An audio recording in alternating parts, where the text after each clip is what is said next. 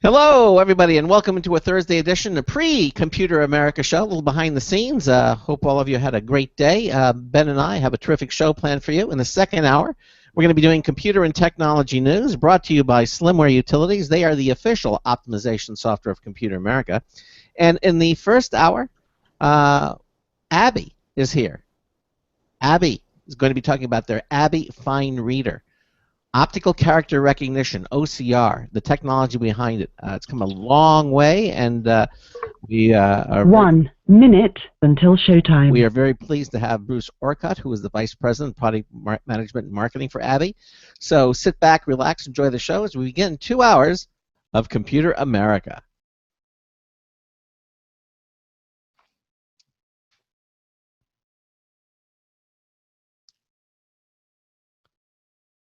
Okay.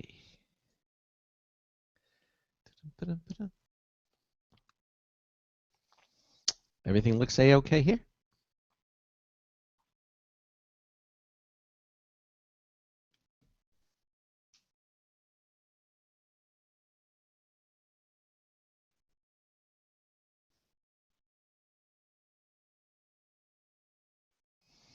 Fifteen seconds.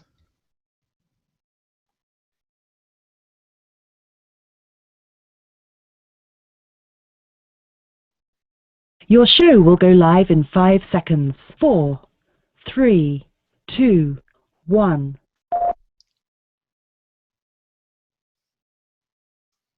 Broadcasting live, it's America's longest-running national radio talk show on computers, Computer America, hosted by national columnist Craig Crossman. Look for Craig's weekly column in your favorite newspaper. This show is being beamed nationwide at ComputerAmerica.com. Keep it here for technology news, computer products, guest interviews, and your phone calls. You're listening to Computer America.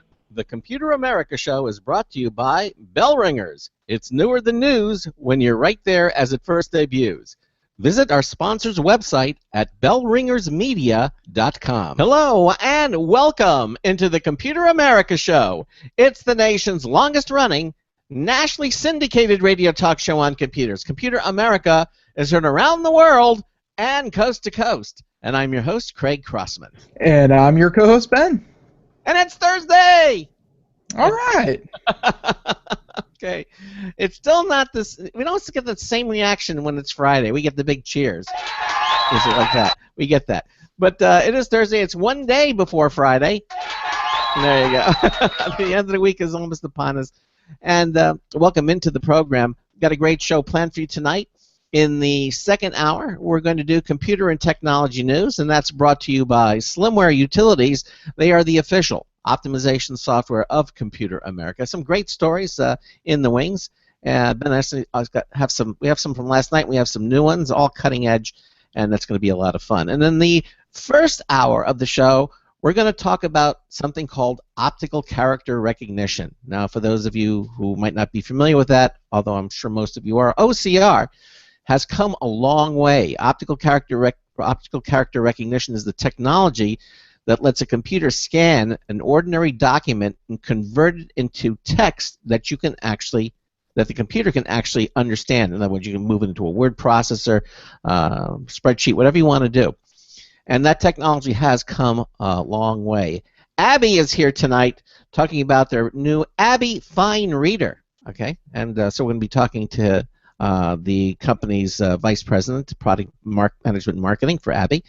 Now, if you have a comment or a question, we'd love to hear from you. Give us a call, 347-884-8881. That's 347-884-8881. I'll get you on and get you through. If you're radio shy and you don't want to go on the air, but you still have a question or a comment or suggestion for a guest, we'd love to hear from you. When you go to ComputerAmerica.com, we have something in place now. On the upper right corner of every screen of ComputerAmerica.com, it says Submit a Question. Just click that. It'll take you to a question submission page. You put your email address, your name in there, the name of the guest for whom you'd like to ask a question. That's kind of nice to have that there. And then type in your question, hit the Submit button, and Ben and I will see your question, and we'll ask it on the air for our guests. The other thing that will happen that we would like for you to do is watch us. Yes, we are a radio show, but we also... Not in the creepy way, in the, hey, it might be entertaining to actually see the products and things we're talking about more than just listen to them. That's right, and the way you do that is when you go to our show lounge, again, on the pull-down menu of any of the pages at computeramerica.com, and what will happen is that the live streaming video will automatically begin. Okay, you don't really have to do anything other than go to the show lounge, because yes, we are a radio talk show, but also we stream the live video of the show. So you can see myself, you can see Ben, and tonight you'll be able to see our guest as well from Abbyy. And the nice thing is that Ben has the technology to display websites, video, everything in the background. So you can see everything that's going on as well as hear everything that's going on. It's one of the nice features of the show.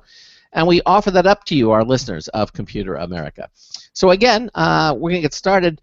347-884-8881 is the number to call. So Ben, anything else you want to mention before we get started? We bring our guest on? Well, no. The only thing I guess I should mention is that we recently had a company on the show called Games. They make esports quality and professional level, professional gamer quality monitors for Xboxes, PlayStations, and they're just starting to get into the whole PC market. Mm-hmm. And we recently just received their M240. We'll be doing a product write-up on that and a product review of that. So far looks amazing. Yeah, it's but great. I just want everyone to keep an eye out for that, and to, of course, if you didn't catch it, go check out Games, because when we do finally come out with a review, that is a good basis. Just having them on the show and talking about their products. So should mention that right off the bat. But other than that, no.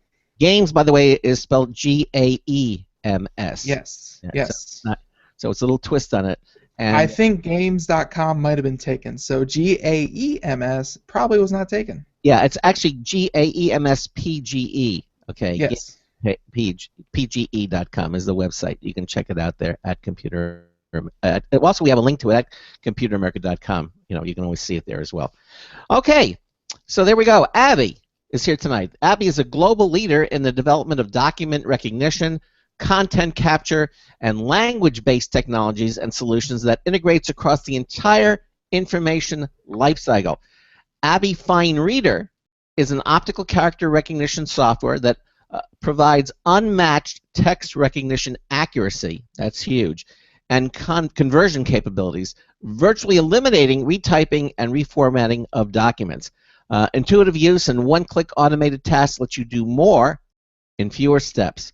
Up to 190 languages are supported for text recognition. That is impressive. More than any other OCR software in this market. Now, joining us is Bruce Orcutt. He is the Vice President, Product Management and Marketing for Abbyy. Hey, Bruce. Welcome into Computer America. How are you? I'm doing well, Craig. Thank you very much for having me. Thank you so much for being here. I have seen, in my span of computing, OCR... decades, centuries. I have seen OCR software improve. So, I mean, I remember when they were coming and they were bragging, we get 70% of the text, the accuracy. Well, and that sounded great back in those days, but 70%, I mean, that meant 30% of everything was wrong. That's right. Yeah, I saw it creep up to 80%, 90%. Now it's that number. It's almost like ivory soap, 99, 44, 100%. I mean, it's amazing. But why don't we just back up and I kind of explained it, but why don't you, in your own words, kind of explain what OCR is all about? Sure. OCR is a tremendous technology that helps users convert their analog paper into textual content, digital content, or a digital asset. It converts the text on a page into electronic data, and then that is words, it's content, it's structure, it's configuration. So it understands all this information that's associated with your particular piece of paper or your document. Well, yeah, and the way I like to think about it is, well, I already have a scanner, and I can just scan a page, and I'm done. And I go, no. I said, when you scan a page through any kind of a scanner, what do you have? You have a JPEG. You have a graphic image of things that look like text, but it's just graphics. and it's graphical images. You need a piece of software to go in and look at the letter A and the letter C and understand that those are actually characters and words, and convert it into words that a word processor could understand. And that's the actual process that OCR software actually does, like Abbyy Fine Reader. So that's an important thing to understand. It takes more than just a scanner. Any scanner can scan in a page, but then once you have that page, you need to put it through this process in order so it'll make it so you can edit the text and move it around and do whatever you want to, and that is important. So would you say would you say isn't OCR a commodity now that since now that everything is moving to the electronic arena? Would you say that? Well, it certainly is something that people discuss because most content is generated electronically, it's born electronic, and it's communicated to you electronically via email or text message. So there's so much electronic information, but there's still a significant amount of content that people receive, that businesses receive, that are still on users' desks. That is paper.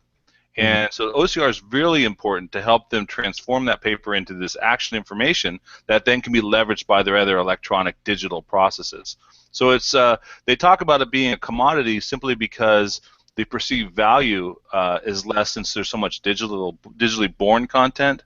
However, the reality is now this paper-based content, getting it into those digital systems now is much more important and actually makes it more valuable. Right. I mean, email, you see, doesn't require OCR because it's already text. You see the That's right. email, you don't need OCR because you already have the text.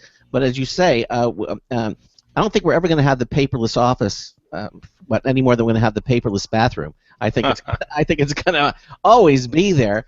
And when you have, but then they come out with something like the bidet. But you know, I'm not saying that OCR is the bidet of the corporate world, but I mean it does. It does help a lot of people get, you know, all these paper documents into a digital realm. Yeah. But I mean, I think one thing that how it used to be is it was pretty slow. You know, and a lot of software back then. How has the speed increased in, you know, for today's OCR? Is it as fast as you can, you know, scan the pages it reads it, or do you kind of have to have some lag time in there? Well, you certainly have some experience with this because that's a wonderful question. And it was historically slow, very processor intensive. But now with the processors today, it's basically processed in the background, and it is near real time. You do see the text appear in near real time. Now, it depends if you're a desktop user or if you're a high volume production scanning house. And obviously there's differences in the performance, but for a desktop user, it is near real time. It's about a second a page. So as that page gets processed, you see it revealed right in front of you. You see the text available to you, and it's all done in the background now. Very nice. That is amazing. Now when you, and this works basically with any scanner. This is Abbyy comes into play. I've seen sometimes some scanners will actually come with a free version of Abbyy or an Abbyy Lite. That's and I assume it continues to do this. So you can try it, I think, before you buy it to see what happens there. So now the Lite version, does that work strictly with does Abbyy work strictly with paper documents, or can I take, like, say, a magazine with pictures in it? Because that was one of the other things. What if the page has pictures or photographs, or it's a newspaper that gives you a little block of text that says, "Oh, the picture was of," and it just kind of describes it. Or an X. Picture was here. Yeah, no, so it's really important that it preserve the structure of the document. So if it is a magazine and there's beautiful photos in there and there's text surrounding it, you want to preserve that layout and look and feel. And that's what's important. And when you talked earlier, Craig, about the early days of OCR when it would just give you text, now the advanced engines like Abbyy give you the text, the graphics, the structure. So it's an exact replica of what you saw in that magazine or in that newspaper. Now it's searchable and editable. Yeah, but then the text is editable. That's right. So you still have the pictures, you still have the spacing, the columns, the arrangement. Right. It's all preserved, but now you can click on it with your mouse, and if you're over text, you're going to get the little text cursor, and you can actually change it, and it's like editing the document. So let's say you want to change the name of the product or something. He's talking about something, you can put your name in or what have you, and then send that off and say, look, I was in the newspaper. Say, here's a copy to prove it. Absolutely. So now, obviously, more and more people are becoming cognizant of OCR? Is OCR still to the average person still something that's sort of in the background, or is Abby reaching the point where now everybody is really starting to understand why they need this product? Well, people are understanding why they need it because it's a real-time world that people are engaged in now, especially with mobility and the fact that everybody has a camera in their pocket and they're capturing information and content all the time, and converting this into information is important to them. So there is a big pivot happening in the market where people are valuing this information because it gives more responsiveness. If a business or you're processing a document for someone, you say, I need your utility bill, Craig, to process your new account, you send that to them. They need that text so they can now validate that your address is actually correct. And they have two options. They can scan it and process it with OCR, or they can key it in by hand, which has more cost and more expense and more error prone. Now, you mentioned mobility. So if let's say, have my iPhone or smartphone and I take a picture, using the camera to take a picture of a document, are you saying that Abby now has an application that will actually read that document and do this transformation process as well? Yes, absolutely, on the phone and then on the desktop as well. So it's as we move to mobility, it's also a hybrid world where some people want to do some things on the mobile device, some people want to send it to their desktop, some people want to do it on the tablet. It varies, and absolutely we can support them in any of those use cases. What about operating systems? We have Windows, we have Mac. Is Abby available for all the different platforms out there? Essentially, yes. Windows, of course, and Mac, of course, and then for our engine customers, we even support Linux. Oh. So there's all flavors are available and accessible. That is very nice. Now, Windows 10 is just here now. Is Abby, I assume, is going to be compatible with Windows 10? Speak a little bit about that. Absolutely. It's important because we're dealing in the consumer space that we are ahead of these new operating systems and updates that come from predominantly Microsoft, but even on the Apple platform, that we are testing and certifying the products, the newer versions and the versions that we currently support. So absolutely. We're excited about 10. We've heard a lot of great feedback from our customers who are testing it, and also just seeing it. It's an exciting environment now for the users. So we're excited. Excellent. So why don't you give us maybe a couple of interesting use cases where customers have used Abby Fine Reader? Sure, there's many, and it's interesting to hear what people are using it for. Some people use it basically to scan their kids' menus for school, all the way up to we have some construction companies who are taking all the forms and documents and plans and approvals and permits and hosting scanning it through Abby Fine Reader, and then making it available and searchable on their website so people can search these construction documents and search these construction sites to make sure everything is compliant and they can actually find information and plans. So it does vary. The most common use cases are related to specific processes related to proof of identity, customer onboarding, so you see people scanning tax forms and bills and documents that are necessarily they need to be preserved or utilized for some level of business transaction or some personal transaction where they want to make sure that they can store something and also find it. Really? But it does vary. Some of these use cases are just amazing. Invoice processing, is an interesting case because there's all kinds of different layouts and structures and context to that. But there's many different use cases. Well, are you saying that a lot of people are using OCR technology so they have copious quantities of paper that filling file cabinets, and now they can scan it in, but not only can they scan it in, they can convert it, preserve the format of what it is that they're scanning in, and yet so that it is now actual text rather than people to key it in. You can search for it, I would assume. You can find the things that you want. Exactly, and your point is well taken. Historically, when OCR was viewed, it was exactly that: eliminate the file cabinets. How much does it cost to have those file cabinets in New York City, in Manhattan, in Los Angeles? And if I can get rid of them, what's the ROI? But today, it's about this text is information, it's context. And now they have more information contained within those documents that they receive about customers. Now, that's searchable, that's findable. They can do analytics against this information, not just retrieve a document to make sure something was received, but actually run analytics against all the data they have on a customer that was received via these documents. So it's very powerful today. Now, is this on? And sorry, I'll be honest with you. I'm like 24. I've never really had need to, put in copious quantities of Mm. paper. But to get this data, does Abby only simply put it into a searchable Word document, or are you actually working with different companies and different programs to, let's say Quicken is a popular one, bank statements or whatnot? Can you actually import them directly into these other programs, or do you just have like an Abby console that you load everything into? No, that's a great question, but it actually goes into those other systems. We would call them a system of record, or to that back-end system. It's absolutely, they want to leverage this information that we generate for them. And even though you're only 24, when you applied for school, you sent your transcripts. Your transcripts were sent probably in a paper format. That school had to understand what classes did you take, and how eligible are you for our university, and what's the most effective way to get that into their systems to evaluate you as a candidate. So while you don't maybe see OCR on your desktop as being, I need this because you are digitally born, basically, there's still a lot of things that go on within your banking. Have you walked into a branch of a bank? The data is most younger people haven't, but there's still paper and documents required to open your bank account.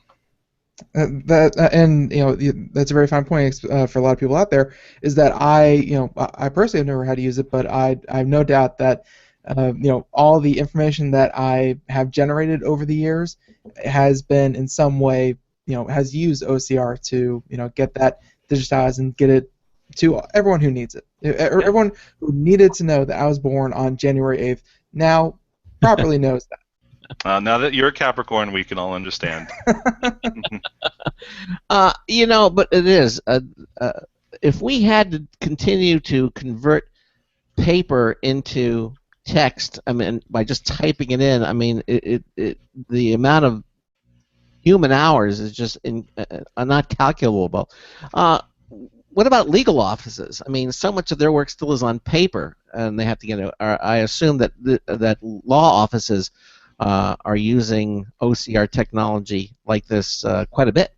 Absolutely. It's in the legal profession, I don't think lawyers want to give you a digitally born document. They'd prefer to give you something that you have to touch and handle, and maybe make it a little more difficult for you to find information within those documents and content within those documents. So law firms are a very important part, because they do have to find information and understand all the context within the document. So they are definitely a very strong user of OCR technology. And of course, moving forward, I would think a lot of it is going to be. I mean, when you go in the medical field, obviously, your doctor now walks in, he's got a tablet or something. So a lot of it is already moving forward. But previous medical records, all the years before, and they want to update. That's a lot of work. But I would assume with something. Yeah, unfortunately, you can't just say, "Okay, guys, we're at tablets now. Mr. Jennings is 84 years old, but we're going digital, so throw 70 years of medical history out the window. We're going paperless, people."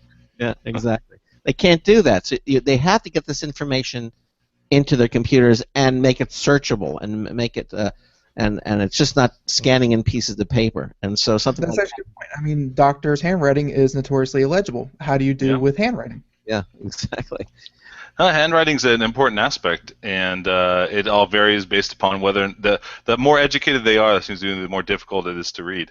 But it is a part of this. And you think about it, is I rented a car in San Jose the other day, and the system was down. The electronic system was down. They converted back to paper. They need to get that paper back into their core electronic system now. Oh. So they have to be able to account for these type of occurrences. In the doctor's office, while they have the tablet, you're exactly right. Your patient history has to be available to that doctor in a meaningful way, and that's why they use this technology to basically make it meaningful, contextual, searchable, so the doctor has more information about you, not just a photocopy or a picture of your last physical. Right. No, exactly. It's all very important. What about languages? Now, in my introduction, you said up to 190 languages are supported. I mean, that is a remarkable, and I would think a humongous effort. 190. Are you sure you're not making a few up there? It could be. I haven't tested them all myself, so there could very be impressive. A few. So, and obviously, different languages obviously have different idiosyncrasies associated with them. Some of them will have, like the French language has like three different types of E's: accent aigu, accent grave, circumflex. All these different things that are over it. So obviously, the OCR software has to be able to read that and interpret that. So, is it how gargantuan of an effort is it for Abbyy to add another language to it? Are you already have the kernel and now you just need to do the idiosyncrasies of that particular language, or is it more complex? I mean, how hard is that another language? Unfortunately, that comes with it depends. And so the Latin languages were very straightforward. And then as the company expanded, double byte characters are more difficult. Hebrew and Arabic adds different challenges to it. But it does vary based upon the language. But there's a core group of developers, and that's their core. And they focus, everything is built around the kernel and the core of the technology, and then we apply it to the specific language group as we take on new languages. And it's not insignificant, because that 190 languages is important to customers that are dealing on a global basis. They need the same level of accuracy and same level of support across their entire business. And they may be doing business in 30 countries. They don't want to have 30 different vendors providing this technology to them. Well, I'm going to go back to the languages, but you touched on something, and I really wanted, and I should have asked you at the beginning. What is the level of accuracy now? What is Abbyy claiming for Abbyy Fine Reader? Where are we? We're beyond 80% now. Where are we? And how do you come across? How do you derive that number? Yeah, that's a fabulous question, because accuracy there's so many variables that go into accuracy, but in the right laboratory environments, in the right test environments, it's well over 99%. Wow. However, if we're talking about mobile devices, then you have lighting, you have blur, you have jitter, that immediately degrades it. If you have bad scanning quality, dirty rollers, things that affect the image prior to the OCR taking place, or low resolution, that affects the accuracy. So OCR is a very accurate technology if used properly, but there is definitely challenges. If you take a dark background paper with dot matrix text on it, that presents a challenge to any engine, irrespective of the technology. And so that'd be more challenging than a beautiful laser printed text against a white background with no security paper behind it or security watermarks behind it. So it does vary, but the customers should expect on high quality documents with a good quality scanner, 99%. It's documented in our documentation. So let me ask you this: I understand the variables, that it's blurry, or it's moving. You've had too much to drink, and and you can't hold the cell phone stable. But all that aside, let's say you're dealing with a nice quality print, and you're getting that 99%. Is this sort of like the how should I say? In other words, will it always be 99%? Will you ever get to 100%, or is it always going to be 99 and this, and it'll never be just like that Ivy soap 99 40? Or will it always be that asymptote? Yeah, that thing. What's the story with that? Well, I don't. The PhDs will never allow me to say 100%, and just because I think there's a math equation or a formula that prevents them from accepting that likelihood. So it will never be 100%. It's just a phenomenon that I wish I had a PhD to explain it. All right, exactly. But I guess at the same time, it's you guys can do everything you can to improve the software side of it, but on the hardware side, as especially if we're talking about mobile devices, and of course scanners and printers and all that kind of thing, the better these cameras get, and they get better every year. The better your software is going to work, because of course they can take pictures at higher resolution with less jitter or what have you. As cameras improve, your software gets better automatically. That is true. With the higher resolution cameras, you do see better results. Also, with users being trained, now you see wonderful technologies from the banks with check deposit and for bill pay, where you now use your phone to hover over a particular document. So people are getting more used to capturing documents with their mobile device, so they're being trained by that.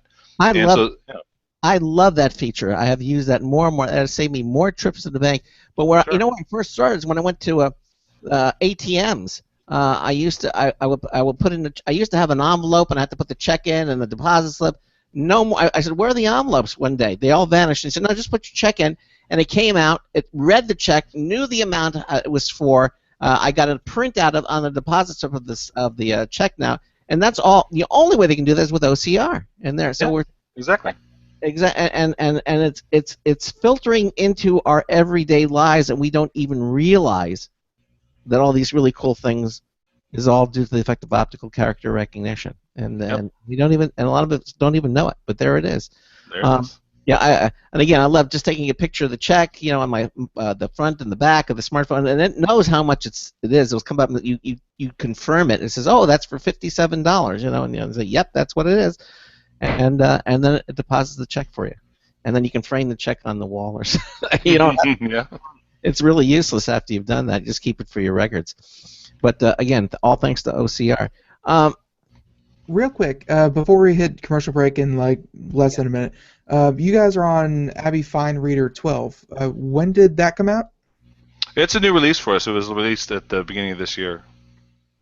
All right, yeah, and I was just looking through the website, and you have an upgrade path. Actually, a lot of companies won't do that. They'll make you go out and start all over again. You guys actually have an upgrade path from 11 to 12. That's correct. Yep, it's all available on the website.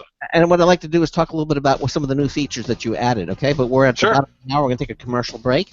Ben and I are talking to Bruce Orcutt. He is the Vice President of Product Management and Marketing for Abbyy. We're talking about optical character recognition. We also have another news test poll to review from Marty Winston. That's all coming up. You're listening to the Computer America Show.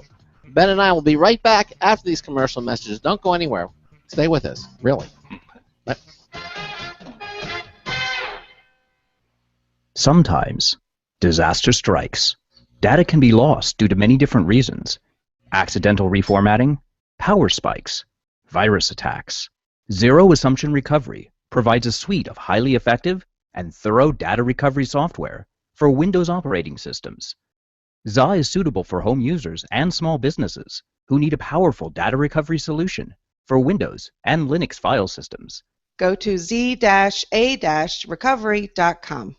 Sometimes, disaster strikes. Data can be lost due to many different reasons. Accidental reformatting, power spikes, virus attacks. Zero Assumption Recovery provides a suite of highly effective and thorough data recovery software for Windows operating systems. ZA is suitable for home users and small businesses who need a powerful data recovery solution for Windows and Linux file systems. Go to z-a-recovery.com. Hi, this is Craig Crossman, host of the Computer America Show. You have important meetings to schedule. Your company's getting ready for its IPO, and you're in charge of the PTA fundraiser this month. So how do you coordinate everyone to be available at the same time? Are you still using emails, phone calls, even text messages to schedule meetings with a group of people? How's that working out for you? Not so great, huh? It's a fact that every day, millions of people suffer from scheduling headaches. Well, with Doodle, scheduling meetings with a group of people is quick and easy. With Doodle, you can easily propose available times to each member. Each one checks off the times that they are available, and then you simply pick the time that works best for the group, all in an easy-to-read display that integrates with your existing calendar. Nothing could be more simple. Give Doodle a try for free, and like millions of Doodle users, you'll truly see how easy it is to find the perfect date and time for all your meetings. That's www.doodle.com.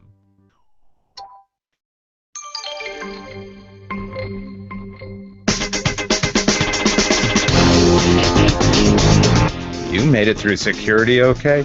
Marty Winston with the News Tips Bulletin Review for Computer America. This time the Rack Solutions Vented Rack Shelf. We asked Rack Solutions to send 2 of their 7-inch vented rack shelves, a popular configuration for 2-post relay racks that we intend for a net connection rack. In surveying the gear we wanted to include in that rack, a lot of pieces were built more for a desktop stack, an inevitably wobbly, teeter-tottery, precarious pile, and our reason for populating a rack.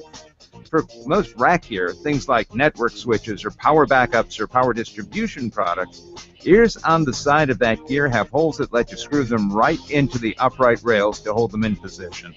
Non-rack gear, like home control hubs and smaller network pieces and other things designed for the desktop, Well, they're built without ears.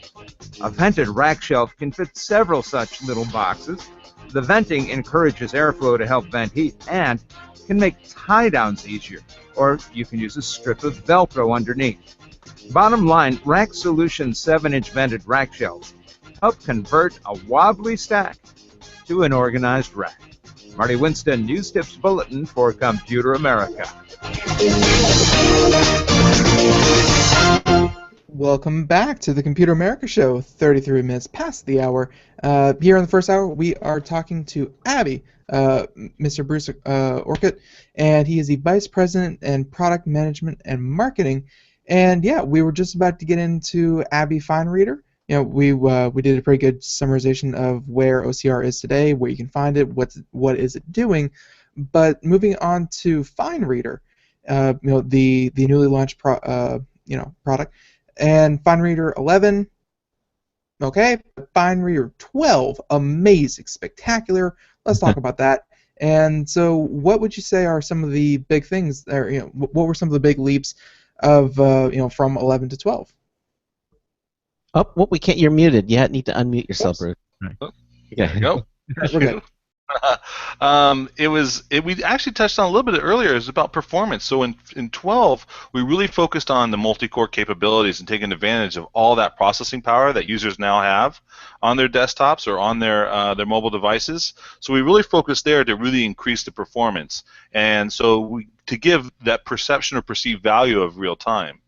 And now that we have it running in that highly optimized multi-core environment, then we focus on the user experience and the user interface, because again, people are trying to use this technology for multiple tasks. Are they trying to tag information, redact information? How are they interacting with this data that they want to now send to a back-end process or store in their box or their Dropbox account and then retrieve and find again? So it's the tools that we improve the tools, the user experience, and the user interface to make it more intuitive for users to be able to interact with this text and this document now, that as they want to go ahead and submit it to some other system where they will then store it or archive it. Yeah, and before we get much further, there are actually 3 versions of Abbyy Fine Reader. There's one obviously for the individual Windows user, and then there's one for, I believe, Mac users, and then there's one for corporate.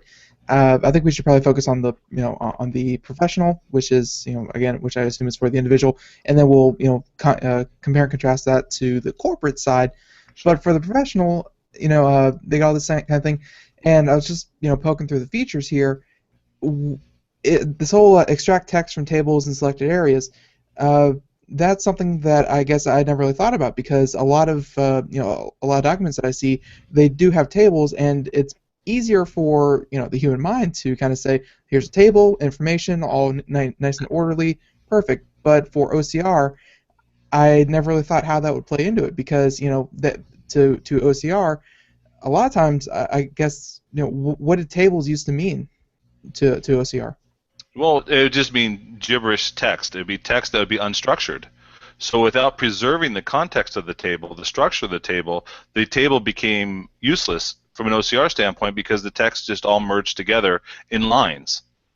So the importance of understanding how to process the table and maintain the structure, then you can convert that data into an Excel spreadsheet and leverage it without having to re-enter it or reformat it. So now you're saving time, you're improving your productivity, but more importantly, you're much happier about the task that's at hand, because that information is preserved and the structure is still maintained.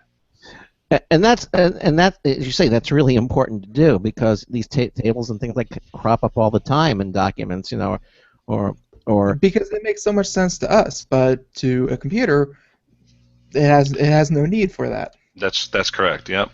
Well, that is correct. I remember in the earlier days of OCR, you would get these things, but they were all kind of jumbled together, and then you had to go back and you had to edit it and kind of fine tune it and put the spacing. And with today, all that information is pretty much preserved. It's preserved. It knows the font. It knows the font size, and it's all protected and maintained and preserved. Yeah, even the font. It'll identify the font. So it doesn't just take everything and convert it all to Comic Sans and call it a day? That's right.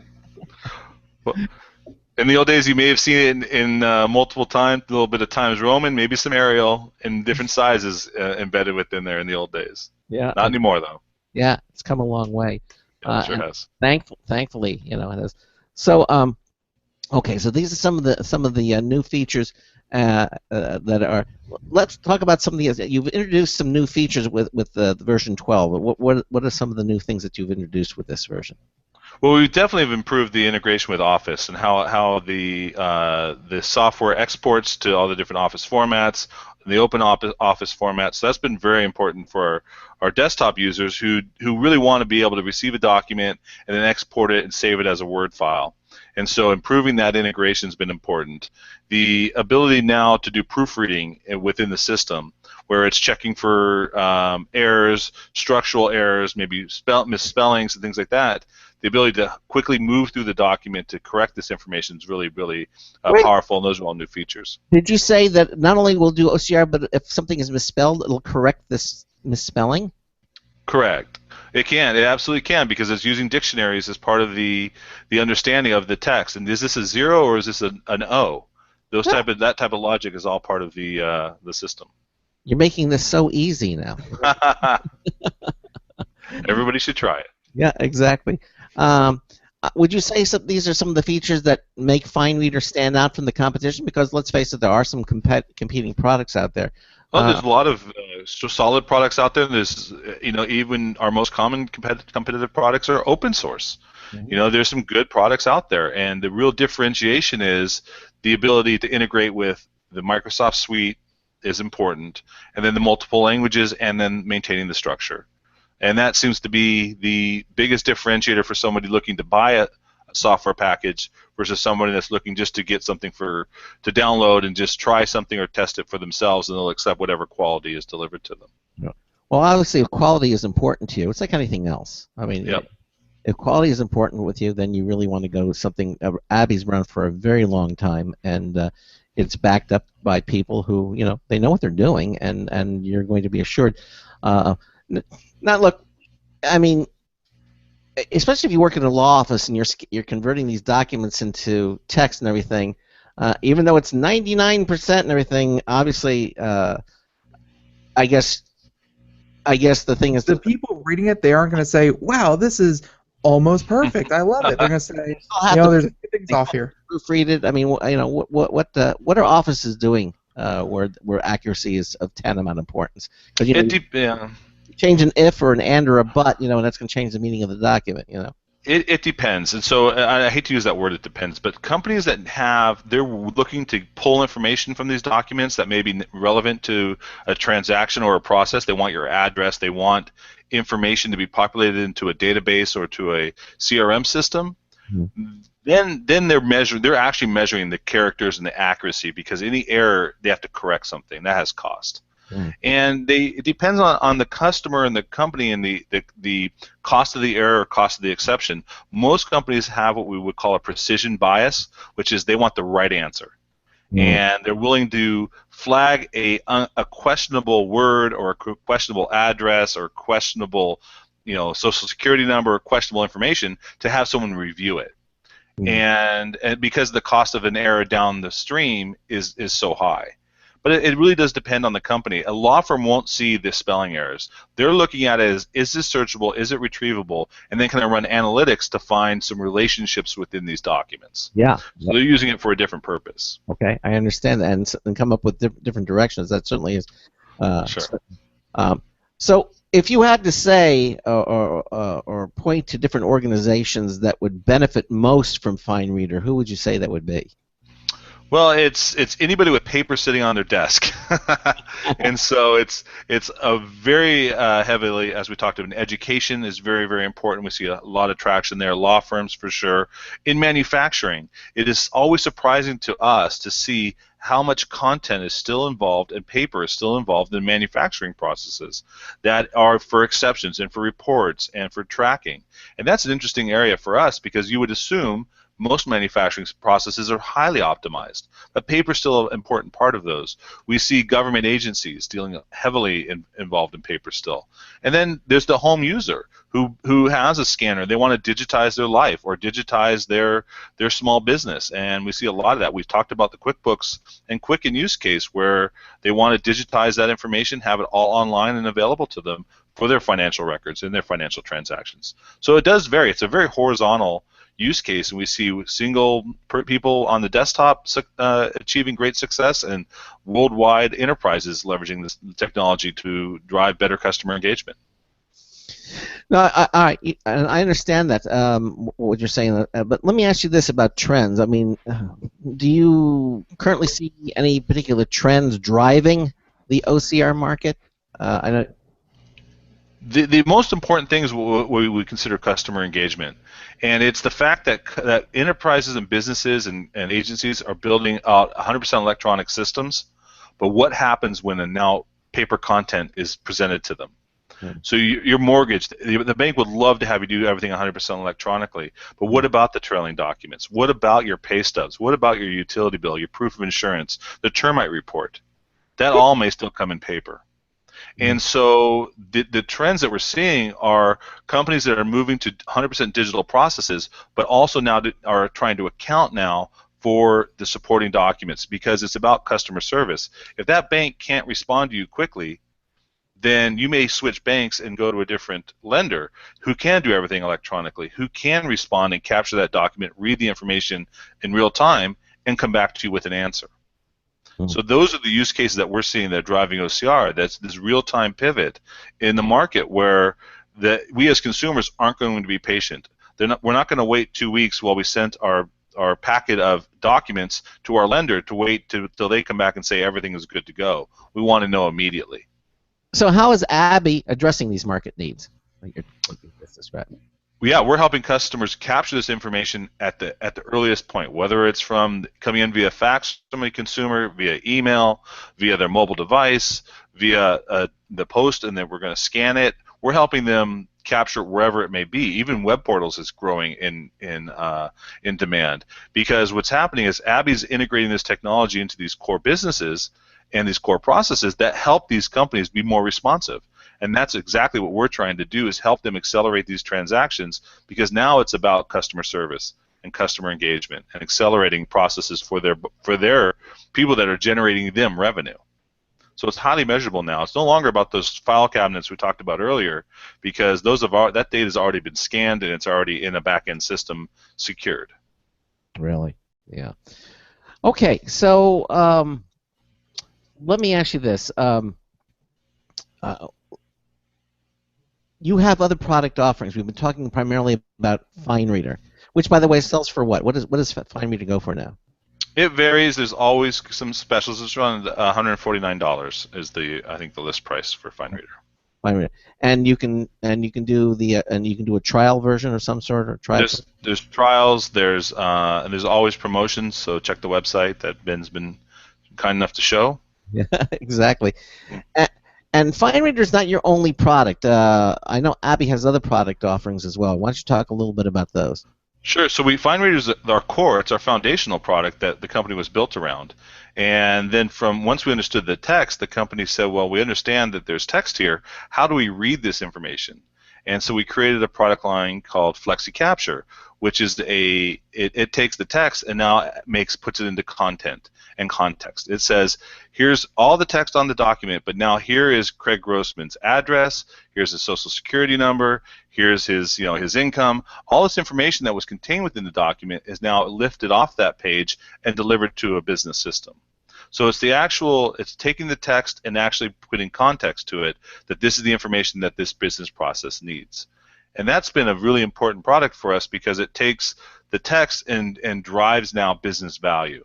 More so than just making it searchable and retrievable and editable, it now adds context to the information contained within the document. So that's been an important additional product for us, and a product line for us. We also make these same technology available as an engine, as an SDK, as an API, and then it gets incorporated into other people's technologies and products. Yeah, I've seen a lot of other products out there that you can take receipts and what have you, and put it in, and somehow it gets all the information put together. They're not companies. It's a lot easier to come to Abbyy and say, look, we want to use your OCR technology to be able to scan these things and bring them and bring revenue. Save yourself a ton of time and a ton of effort making the product, and just slap a sticker on it that says "Powered by Abbyy." That's true. If you look, you'll see a number of those leading vendors that are using it for those exact use cases are letting us solve the text problem for them, and they go ahead and build the rest of the solution around it. So if it's a receipt, they're building the ergonomics, the integration to the expense management system. They're building those other pieces, leveraging our technology to solve the capturing of the receipt, processing the data, and then they do the rest as part of their application. Right, exactly. So we work with a lot of ISVs out there. Right, exactly. Anybody you can name that we can know about off the top of your head? You can see them all on the website. There's all the big vendors in this space. So you would see IBM's name, you'd see Lexmark's name, you would see some of the biggest EMC, you'd see all the big companies out there on the website. And also, a lot of them offer. I know, for example, I have a Mac, and I was offered the light version of Abbyy Fine Reader. Yeah. And then if you want to, you can purchase the more complete version, which gives you additional abilities. So you introduced 12. It's been out for what, about 8 months? Oh, yeah. So what do you see coming down the road for Fine Reader? Actually, before we jump ahead to what's ahead, you guys actually offer another product that we haven't talked about, and here's something that even myself, a self-admitted, exactly, PDF Transformer, where I don't, again, I really don't scan that many documents, but I have to deal with PDFs all the time, and having them as PDFs, they're almost as useless as pictures to me, because you can't edit, you can't search. So, what does Abbyy PDF Transformer do? So PDF Transformer is a great product that enables you to interact with that PDF and edit it and put text in it, and you get that annoying PDF that's not editable, or it's a form, but they're asking you to print it out and then handwrite. And because I've been working on the keyboard for so long, my handwriting's horrible.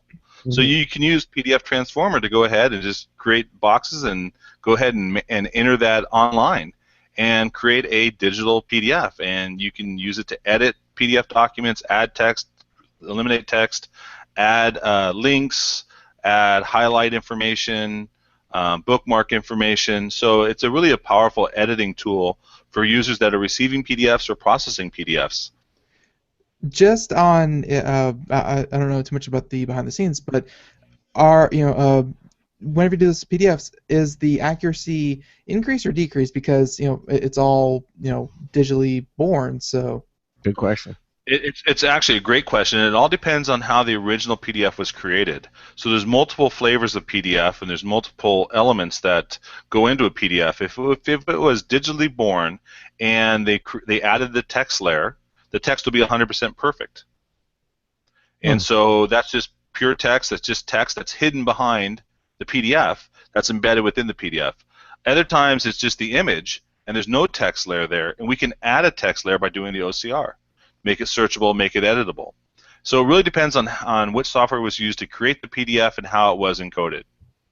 There you go. And there's multiple, and it's surprising how many different versions of PDF there are in the market. Yeah, PDF, again, a document that you're going when you see a PDF, you're assured that everybody else who sees it the same exact way. It doesn't worry about what font you have on your computer and all the old scary things. PDFs, it is truly portable. You can present it anywhere, but it opens up a host of other problems, which sounds to me like with your product gets around that and allows edit it and what have you.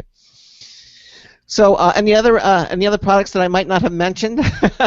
We have language translation services, because that's people. We have the text, and we can now understand how to translate the text. We offer online OCR for those who just don't necessarily see the need for full-time OCR. They can upload to FineReader Online or use the online FineReader tool via the cloud to submit images and documents to that service as well. So there's multiple ways to process this information from Abbyy. Wow. Well, it certainly seems to have you have all these different products, and again, all different price ranges, I would imagine, and Sure. you can see all that at the website as well. Yes. Yes. So let me ask you again now, the future for Abby. What's next for Fine Reader? Since that was the main product we were talking about tonight. What are we going to? Yeah, so Fine Reader is interesting because again, you went to the question of, well, what's more than 99%, and it really comes down to additional language support. There's still more languages out there, improving specific languages. Because on the Latin languages the accuracy is exceptional, but in other emerging languages, not Cyrillic, but Hebrew and Arabic, there's different challenges there, so it can always be improved. But more importantly, it's about once information is in the text form, how do we help people understand it? Can we find information, addresses? Can we find information, names? Can we understand relationships? So understanding the text further to help you make decisions about how do I want to store this? How do I want to preserve this? Can it be routed somewhere automatically based upon the information contained within the document? Does that give benefit to the consumer that information is coming in, it gets captured, and then gets deposited in the right location without asking the user to manually review it? There's all kinds of great things that we can do with this technology and this platform to make it better for users to be able to route information and capture it. Exactly. So again, the cost of Abby Fine Reader, about what is it about again now? $149, but always be looking online because there's plenty of opportunities to get a special deal. Right, and you can certainly you can go. Where can you download it? Can you go to the website to download it? Where do you get it? Yeah, you go to the website. You can go to various online stores. Your major DMRs in the market carry it, so you can see it pretty much anywhere. Just do a search, and you'll find it. Or abbyy.com, abbyy.com, abby.com, or you can go to computeramerica.com. We have it right there on our homepage. We have links to the website, to the Abby website, and you can and check it out for yourself. Bruce, anything else you want to mention before we say goodnight? We might not have covered that you want to tell our listeners? No, but thank you for hosting us. It's been an amazing hour for me, and I really appreciate Ben taking the time, and your website skills are exceptional. So thank you, Craig and Ben, and it's been a wonderful experience for me, so thank you very much. Absolutely. Listen, pleasure.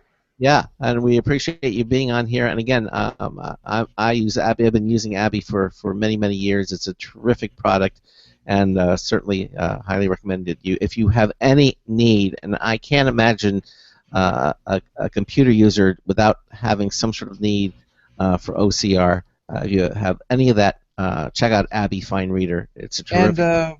And hey, good luck getting the whole U.S. healthcare system digitized. That I hear is a problem. I love a challenge. Bruce, thanks so much for being with us here on No Computer problem. America. Thank you. Take care. Have a good evening. Good night. Yeah, good night. Bye-bye. All right, there you go. Again, Abby Fine Reader. Check it out at the website. And again, you can go to computeramerica.com and check it out for yourself. All right, coming up in the second hour, we're gonna be doing more computer and technology news. That's brought to you by Slimware Utilities, the official optimization software of Computer America. Yeah. And we have good stories tonight. Yeah, we do. Should we tease a couple of them, maybe? Yeah, sure. We actually have some from last night and tonight. Both, I feel, what's 12 hours between friends or 24 hours between friends. But they're Craig has a list, I have a list, but including some of the things are, of course, the new WoW expansion, which is, of course, headlining news. Amazing. The Japanese say you can't own Bitcoin, so that's obviously a problem for Bitcoin. And Chromecast. Craig, you use the service? Yes, I do. Chromecast now has access to HBO Now, which was traditionally only on Apple TV. Wow, and now you're getting Chromecast. Plus, the Corsair cranks out a new PC gaming peripherals at the Gamescom. I love Corsair stuff. They make really, really good stuff. New gear for gamers. And also, Microsoft's first cumulative update for Windows 10 is here. We're going to be hearing about that. Some of the news stories we're going to be talking about That and Macs are trembling in their little Mac boots because there is new malware that can actually disable your Mac completely. Yes, it's very, very scary. It's only proof of concept, but they're showing that it's possible. They get into nothing in the wild yet, but it's possible. Yeah. And something else that's, I don't know if it's creepy, but it's really bizarre. I'm watching a picture. Those of you who have Tesla automobiles or are thinking about getting a Tesla automobile. See, I like that one. I like what Craig's about to say. They have a prehensile robot snake made of metal. It will sniff out and charge your Tesla car. And watching this video is just absolutely freaky. I like it. It is. It's amazing. No more of this thing that you roll over. It just park your car and this thing comes out like a giant metal worm and it charges your got. That's no all. Need to plug it in like some kind of mortal. Yeah, exactly. All right, you listen to the Computer America Show. Ben and I are going to continue on. We've got another news tips bulletin review from Marty Winston. That's all coming up here on Computer America. Don't go anywhere. This is about a cool new way to be the first to hear about completely unannounced products or services. The Monday through Friday newer than news nationwide Bell Ringers Radio Hour starts August 31st. 4 times on each show, a team of 3 pros, well, 2 pros and me, take the time to tell you all about some new something. That happens over so many stations that more than 50 million people will be able to tune it in. And that same day, releases about that debut go out on 3 major news wires to reach traditional, online, and social media, plus full coverage on Slash Gear and some other goodies. Here's what we'd like to ask of you now. At the company you work for or the companies you work with, chances are that the top marketing people in top brass don't yet know about Bell Ringers. Please, just tell them to check out bellringersmedia.com. That's BELLRINGERSMEDIA.com. But hurry, September segments are booking now. Broadcasting live. It's the only national radio talk show on computers to air every weeknight. Computer America. Hosted by national columnist Craig Crossman. The first hour's behind us, but there's still more of tech news, tech talk, and your phone calls. We're being beamed nationwide at ComputerAmerica.com. You got computer problems? Bring them on. You're listening to Computer America. Computers run the world, and we run computers. Call us or send us an email to live@computeramerica.com. Hello and welcome into hour 2 of the nation's longest running, nationally syndicated radio talk show on computers. This is the Computer America Show, and I'm your host, Craig Crossman. And I'm your co-host, Ben. And again, thanks to Abby, fine reader. I don't usually toot my own horn on the air, but that interview was, I think we got a lot of great information out of that. I really liked Abby on the show. Yeah, I did too, and it was terrific. And again, we had Bruce Orcutt, Vice President, Product Management and Marketing for Abby. And if you missed it, you can still listen to it again. That's right, because we archive everything here at Computer America. Just go to our website, ComputerAmerica.com, and just go to the archives page right there on the menu on any page, and you can see how you can download the show. We have links to Apple's iTunes, Blog Talk Radio, different networks that archive our programming, and you can listen to the show that way. And also, we archive our video stream, our live video stream. That's right. We have our own YouTube channel, so you can not only listen to the show, you can watch the show at your own leisure, time shift it, and capture it all and watch it. So all that is available at ComputerAmerica.com. All the shows we do, we have it there. They're archived. They stay up there forever. So they're available to you. So anyway, we're in the second hour of the show, and here on a Thursday evening, and we got some really good news stories to read to you and discuss. So anything else you want to mention before we start doing our computer news? Anything else? No, we're going to give away a fabulous prize tomorrow night. Yes, we are. So be sure to sign up on all of our social media sites and everything like that. Do that. You should have done it already, but do it now and forevermore. You'll be entered. So, get that done. Other than that, though. Yeah, you just have to do that one time, and then so each time you do it, you have that many more entries every week in our social media contest. So that's how that works. Yep. And but we have so many great stories. We should probably just jump right into it. I want to hear about that monitor, that you got. I can't say anything yet because I've used it for precisely how long has this show been going on for? That's how long I've been using it. All right. Well, we'll get a review from you coming up a little later. It's show. Big. That's product review wise, it's big. That is as far as I can go. Okay. All right. Well, let's do some computer news, and we'll get started now.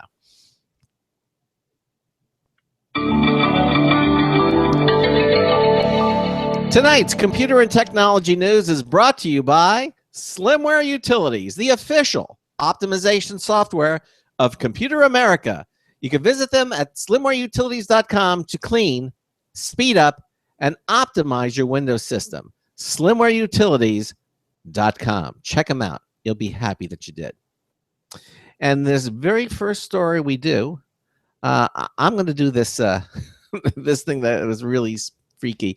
The prehensile robot snake will sniff out and charge your Tesla car. So if you're thinking about getting a Tesla car, if you have one, you have got to see this thing. This is from Popular Science. Paul Adams did it. And the subtitle, the subheading of this is Pleasingly Creepy. Okay. I'll bite. That is a pretty good description of this video. Yeah, it is. I mean, you can watch this thing, but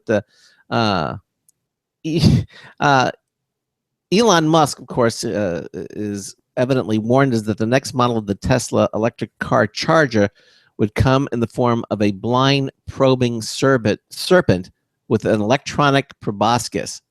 And evidently a prototype of the snake charger has been revealed via video. And he says it's all that we dreamed of. This thing is absolutely amazing. Everything that Elon Musk does, he knows how to drum up interest and just blow everyone away. He doesn't, he doesn't just kind of go with the safe things like, oh, you can plug in your Tesla. No, plugging it in may work for 99% of the other companies out there, but not for Tesla. They have to build some weird autonomous snake-like, worm-like thing to charge your car for you. It's like right out of Star Wars or something. It's so sci-fi. It looks like a tentacle from the robot from the Matrix, like Matrix 2 and 3 or whatever. Yeah, exactly. Yeah, it does. Maybe we are in the Matrix. But here, the thing is, once you have this thing installed, you just pull into your garage and park like you normally would. And then an articulated spine-like charger will waken up, waggle, and extend itself toward your Tesla Model S's glowing energy orifice, and then slide in and charge up the car's battery. Sorry for getting a little graphic on you guys. Now, as the electric snakes inevitably rear up, entwine us in their sinister coils, and take over, at least we humans will never again have to stoop to plug in a cord.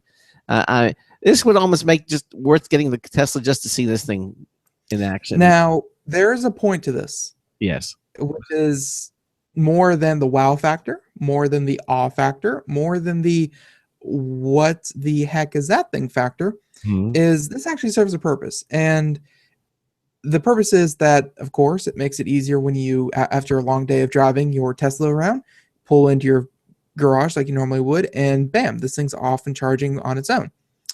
But the other part is when you have your car completely charged up, this thing, without you having to, set a timer for 5 hours later, set a timer for 10 hours later, or have it continuously draw power, from your home's,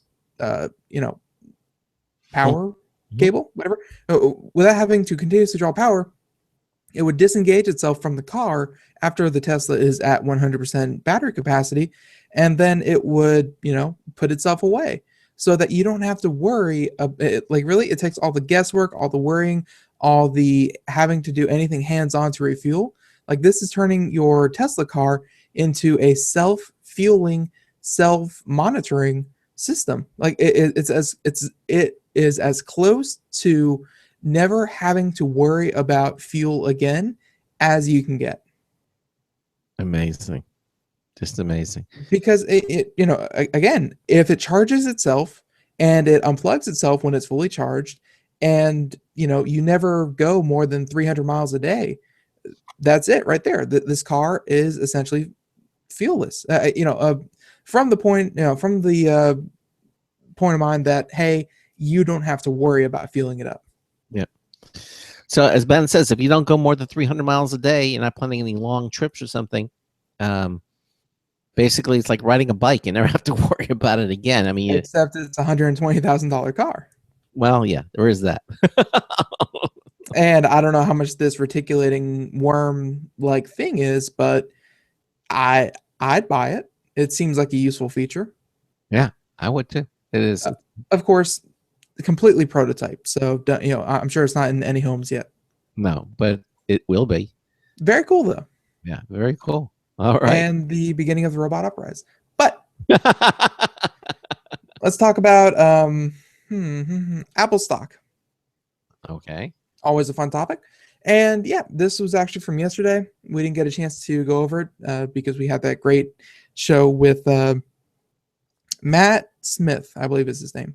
Yes. Matt Smith from Digital Trends. If you didn't catch it last night, go back and check it out. He is the chief editor for the computer section, and he brought up a lot of great stories. Covered Windows 10 up and down, left and right, but that left us kind of not getting a chance to talk about all the other news stories for the night. And one of them yesterday was that Apple has finally corrected itself for the first time in like 7 years. Wow. 7 or 15 years, something like that. Anyways, Apple's shares fell significantly. And by the way, I'm pulling this. Really, you can find it on any news publication. I'm getting the information though from USA Today. Matt Krantz. And yeah, Apple shares of Apple finished down $3.80 or 3.2% to 114, and they fall more than 14% since hitting their high of $134 a share in on April 28th. That those numbers don't sound too big, but really they've decreased in like 2 days by like 7%. And if you're wondering how much money that is, that's about $113.4 billion that they just lost in a couple days. Now, they said that this is coming from the fact that investors are fretting over evidence that competition is heating up in smartphones in China, which is seen as the last big market for growth for the company. And meanwhile, here in the U.S., smartphones are already saturated and are priced as a replacement market, much like personal computers. So, what the article is kind of outlining there is that, of course, in China, that's where all the phones are made, and that in Taiwan and Korea, where the chips are made, that market is so important for businesses. China and India, because they're emerging markets, they're getting more and more money, they're getting a bigger middle class, and with the emergence of the middle class, that people can finally start buying these smartphones en masse. The problem is where here in the US, iPhone has been the dominant smartphone. And I think as smartphones were, kind of getting to the masses here in the US, Apple had the clear hands over everyone else. It was just Apple was what, if you could afford it, get an Apple. If you couldn't, then either wait and get an Apple later or get an Android. It was just Apple was always the cream of the crop. Though in China, that doesn't seem to be the case anymore, because with Sony and Samsung and all the other Android phones, China is a very contested marketplace for smartphones for obvious reasons. Uh-huh. So with Apple not having with Apple not being the clear-cut winner in smartphones over there, that means that their really last true market that they can really expand into is now not just, Apple hasn't gotten in there yet. Now it's Apple has to actually compete to win, over the Chinese populace, which is, of course, scaring investors. So that, and of course, people here, everyone who wants a smartphone generally has a smartphone, and if you need a new one, then you just get a replacement.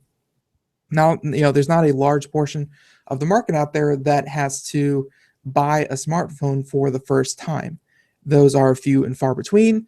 So Apple, not in, of course, this correction coming off that fact, its smartphone business, which has been kind of keeping it up and afloat, is looking a little bit darker. So hey, $113 billion can go away just like that. Yeah.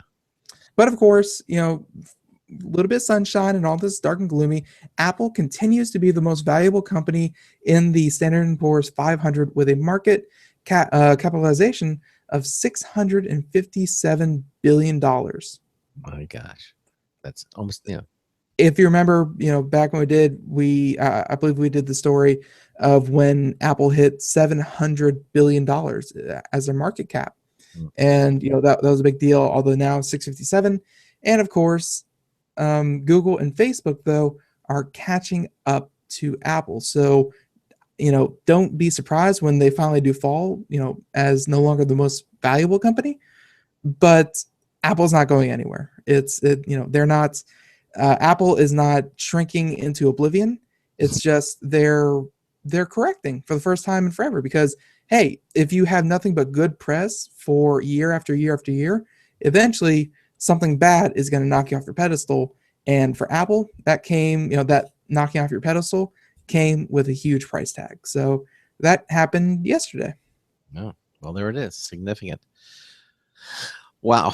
But as you say, a lot of money. Yeah. Apple's still not going anywhere for a long time.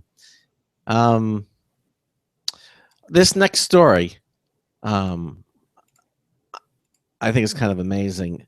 Imagine having your smartphone, being an iPhone, what have you, and the glass that's on the phone itself turns out to be its own power source.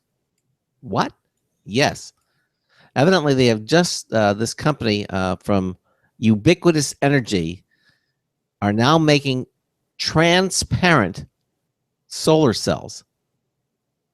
There's a picture of them actually holding it up here. You're seeing it, but this thing. See, I picked up on the story because it wasn't, this isn't groundbreaking. This isn't new. This isn't, something that just happened. Because I remember doing this story a couple years ago, and they were talking about putting it in place of houses and their windows, putting it in place of car windows, put it in place of office building windows. But that's, I just heard about it a couple years ago, and I never heard anything of it again.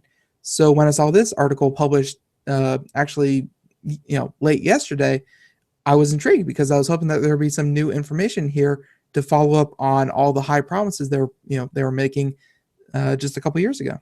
And you see that happen in the tech industry so often. I remember when NEC came out. NEC actually came out where they said they had discovered a battery that was going to, that was like quintuple the current state of batteries. It was going to basically replace all batteries, and it was battery technology is especially fickle, where you hear a great breakthrough, and then that's all you hear. Yeah, never heard of it. Never heard it again. What happened to it? And this was years ago. So I'm glad to see that this has not gone away. And obviously, if solar cells are transparent, you don't have to have those big, ugly solar panels on your roof. Well, no, that the roof is still the best place to capture the sun's rays. But you won't see these big, massive solar cells. They'll be transparent. They'll be like glass. I still have a hard time believing that the see-through solar cells will be anywhere near as efficient as transparent would be less efficient than the non-transparent. But I think this, the big leap in this one is, of course, you can put them in places where you need transparency. Like on a phone. Exactly. Like on a phone, like on a window, like on anything, any piece of glass in your world today could be replaced by this one day. Anyway, that's what the story was about. It came out today, or actually 2 days ago, talking about this invisible spectrum. No, yesterday. Yeah, the 5th it came out. Mm-hmm. And today's the 6th, so it was yesterday. But it talks about the different processes that sort of has organic ability and everything. But the bottom line is here, the whole story is that it's transparent, and it doesn't take too it doesn't take much thinking about it. But the idea is anywhere you need transparency and you can use power. I'm seeing this on tablets, on smartphones, certainly as an adjunct to the battery, if not to replace it completely. But if they did that, that this is just a very, very Well, I think the first place that a lot of people are going to see this is not solving the world's crisis as we know it, No. but instead they'd be using them to extend battery life more than replace batteries, where you would have this out and about and you take it around.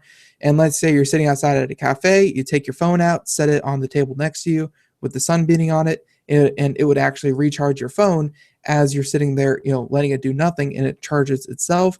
Or, as you just have it out and about during the day, it just passively, keeps the battery going just a little bit longer. So if they could integrate this technology into smartphones, tablets, into even, cars that are sitting in the sun all day with all that glass just sitting there, they could actually, charge their own car battery. It's little things like that where the technology has, gone to that point. It's just none of these companies that are, creating these transparent photovoltaic cells, they don't have the capital to actually put it in any kind of consumer product. Although I think it would be a very, very nice consumer product. Yes, it would be. Absolutely. All right. That's it. No, I was wondering if you had anything else to add to that. Other than the fact that this other story that's kind of... And by the way, it's very see-through. Just want to make that very clear. Looks completely like glass. Was that a pun? I want to just make this very clear. No, maybe. I don't know. Okay. Right, so, well, if you don't have anything else, anything else with that, you are judged by the company you keep. That is a very old saying from I don't know who. You could Google it. I don't care. Mom said. Yes, my mom said that. Moms say that. Yes, exactly. Yes. My mama said that. Anyways. It's a momism. Momism. So, you are judged by the company you keep, and Facebook seems to agree. And here, well, not just Facebook, but I guess banks. So here's a neat little story. This one from PopSci, and might want to double check who your friend after reading this.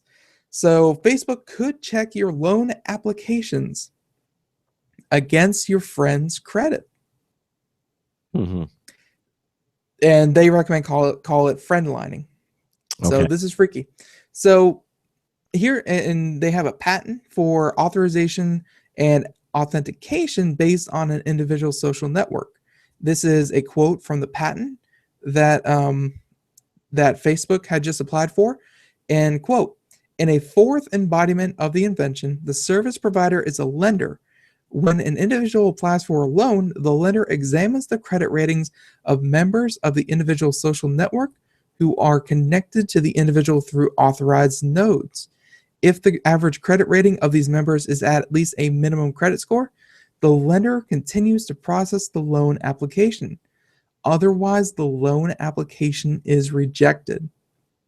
So as a whole, as a group, as an average number between all your friends, if they don't meet a certain credit requirement, then your loan application is rejected outright. Based on Facebook. Let me say that again. Based on Facebook, your loan application can be rejected because your friends have crappy credit. You are who you say, the company you keep. Crazy. Yeah. So, yeah, and I guess it's a service Facebook is looking to offer its corporate clients because, for obvious reasons, Facebook sells a lot of data to companies already, and you can actually, we live in the world of big data, and you can derive a lot of information just by what people put on social media. And here's one more thing where if they can tie the person to a credit rating system and they know everyone's credit rating behind the scenes, they're not saying that, hey, Ben, Facebook, likes puppies and has a credit rating of 23. Like they're not going to put it on the front page, but they might give companies behind the scenes access to what is their credit rating and what are their friends' credit rating, and they can derive if that loan applicant would be a good or a bad investment. So it's I hope it doesn't come through. That seems ridiculous and actually pretty easy to manipulate. And heck, that's like, showing up to the loan officer and they'll be like, "Hey, are you driving that 93 Chevy Beetle or a Volkswagen Beetle?" I'm like, "Yeah." It's like, "Oh, we're just going to deny you because you have a bad car." And it hits me kind of like that, where they're just judging you on superficial things. Which also shows you that Facebook is becoming more and more important in our lives. Facebook is trying to become more and more important. Again, this is a patent not by any of the big banks. This is a patent that was filed by Facebook. So maybe this will be a service rendered through Facebook. And if this is something that you don't like, you could, of course, always disable your Facebook account. Sure. Exactly. Well, we'll see. Pretty weird. Yeah, very weird. I want to do this story here because you've been talking so much about it, but I want you to really do it. And it's about this new World of Warcraft Legion expansion. Yeah, that came out today. Tell us about this. You do it because you're the World of Warcraft expert. I want our listeners to know. Sure. Well, Blizzard is a company. They make video games. They make really good video games. And one of their longest running franchises is, of course, their Warcraft franchise. They have a game out for the past 10 years called World of Warcraft, where it's really the industry standard for MMORPG. When it first came out, huge success. And it's just been the juggernaut of video games. It has kept subscriber numbers well above any other game, and at one point even reaching 12 million, which was like 10 times what the second place was. So WoW is very, very successful, although they were just in the news 2 days ago for losing about half of their subscription numbers overnight. They went from about 10 million subscribers in the first quarter to about 5.9 million. Wow, what happened? Third quarter. What happened? Well, if you recall the conversation we had on Tuesday, I believe. It's generally because the lack of content out there. People are just mulling over the same kind of thing, and after 10 years, World of Warcraft, it may still be a good game, it may still be a very fun game. At the same time, that's not what Blizzard has been known for. That's not what kept people paying $15 a month. And people would rather unsubscribe than sit there and just chew over the same stuff over and over and over again. After 10 years, you just kind of expect more. So, and this was, of course, predating. These numbers predated the announcement that actually happened today. I'm not saying and by the way, this announcement has been in the planning for a very, very long time, for the past couple months. So it's not like, hey, we have some bad news, we need to hurry up and rush this good news out. It's just how that worked out. But of course, we're showing the video here. Actually, probably shouldn't be doing that. But now that I'm thinking about it, you can always go on YouTube and find it yourself. But at any rate, they announced a new expansion today. Yay! This will be the sixth expansion for the World of Warcraft franchise. And it's called World of Warcraft Legion. And it takes place after the events of, just as past the Warlords of Draenor. You see some of your old favorites come back. You see, new storylines being written. And essentially, it takes you back to the Burning Crusade, the Burning Legion, all that kind of thing, which these events took place during the Burning Crusade. And it's kind of like I wouldn't say a remake, but borrows heavily from the second expansion, where the second expansion was, of course, called World of Warcraft: The Burning Crusade. This one called Legion. They're going to borrow elements heavily from each other, though. Just to go over some highlights, the level cap, where traditionally you could only get a character up to level 100. is now level 110. There's a whole new continent with new character models, new monsters, new all that kind of thing. There's a new class, Demon Hunter, which has never been played before, but steeped in lore. So people who like that, very, very intriguing.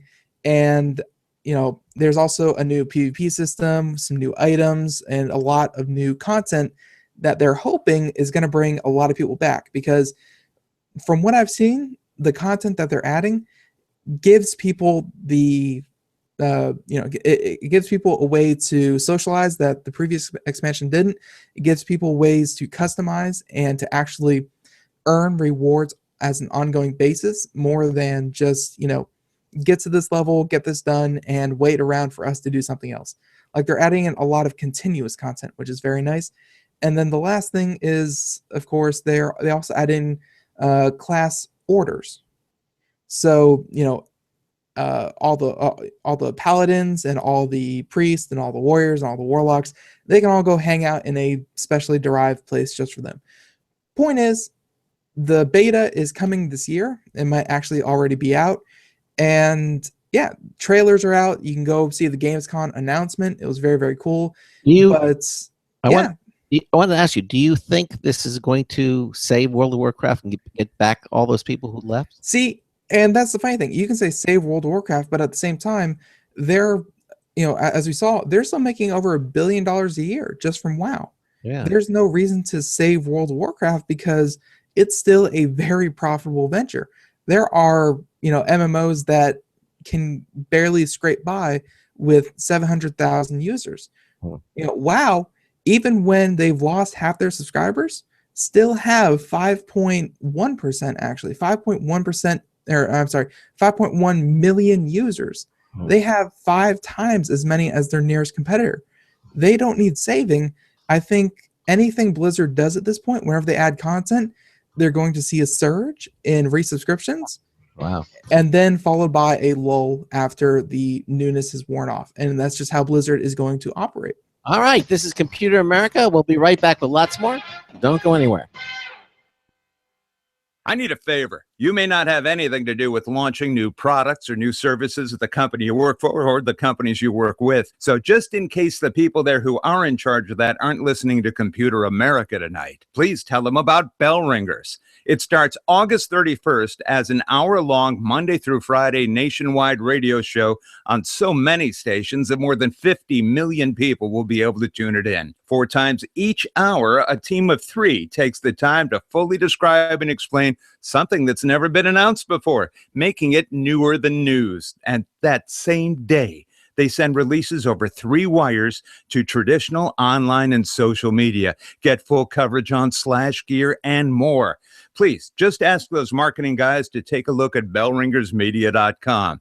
That's BELLRINGERSMEDIA.com, bellringersmedia.com. But hurry, September segments are booking now. Thanks.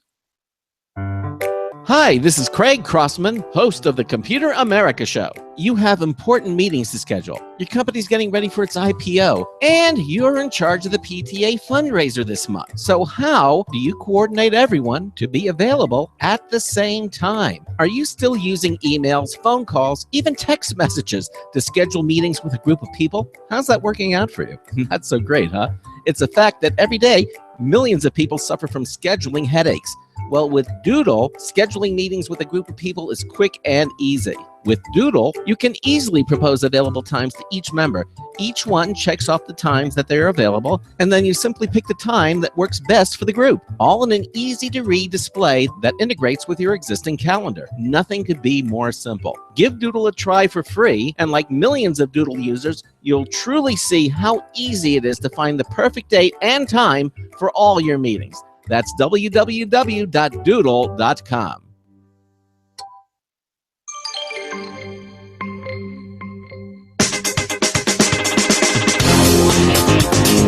Can't get enough of me, huh?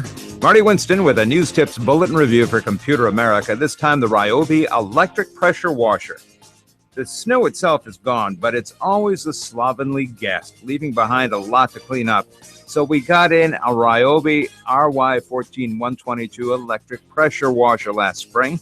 The power plug head is oversized to house safety measures, yet still handy enough to fit the unit's cord wrap posts, one of which pivots so it's easy to remove the entire length of cord at once.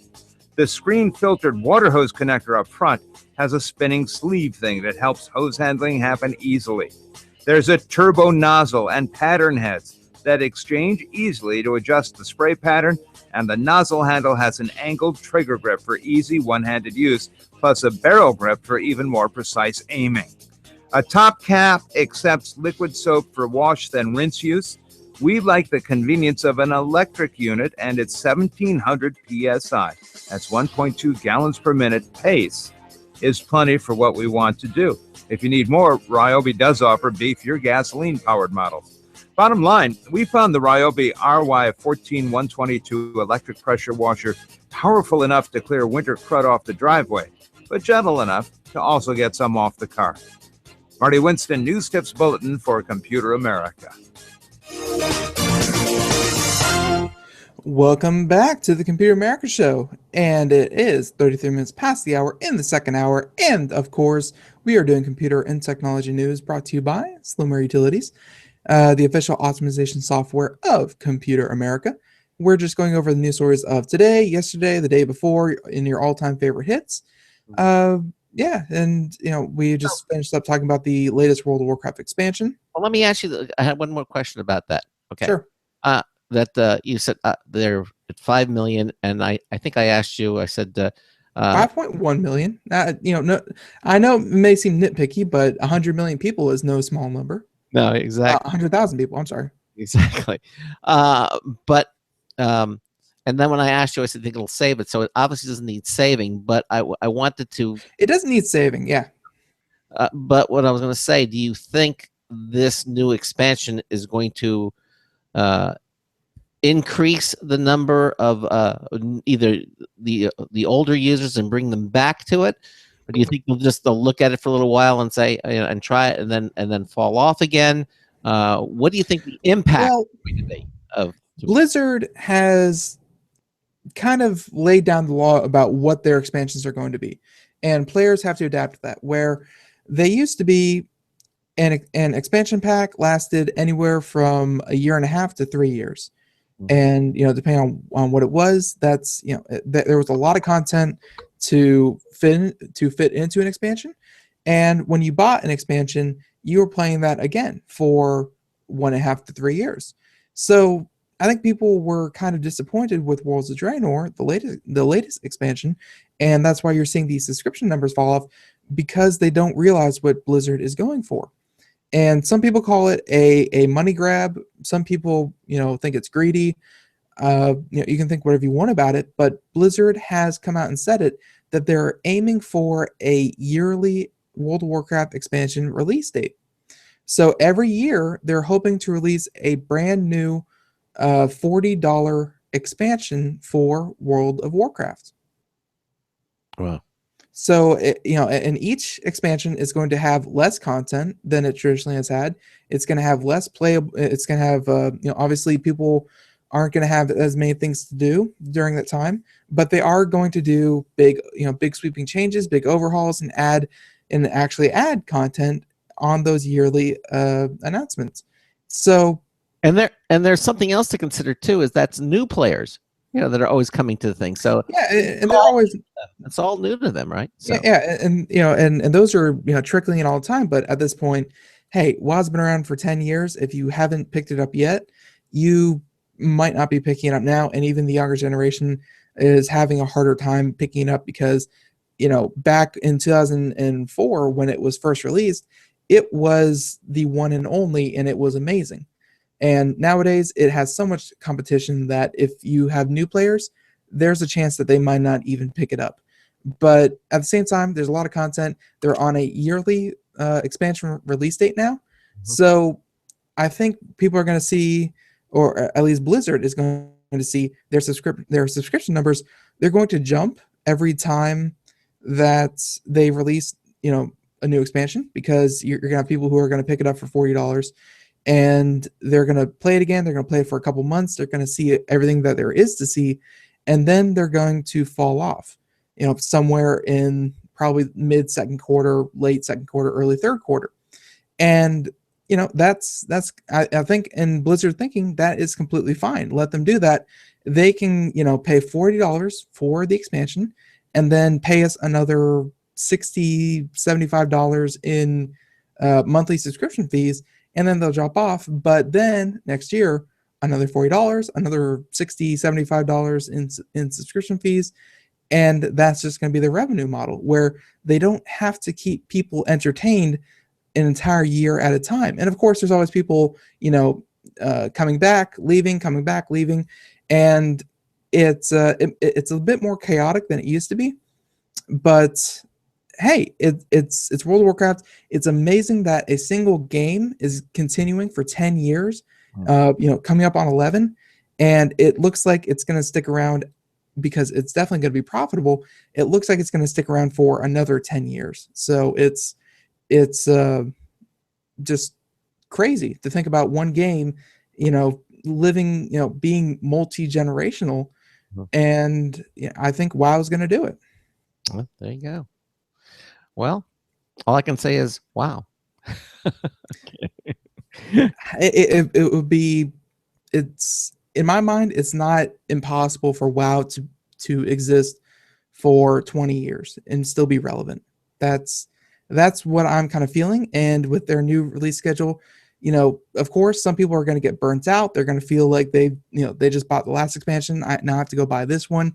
There's going to be some of those people, but at the same time, for most people who leave World of Warcraft, they don't hate the game. They love the game dearly. They've played it for a long time.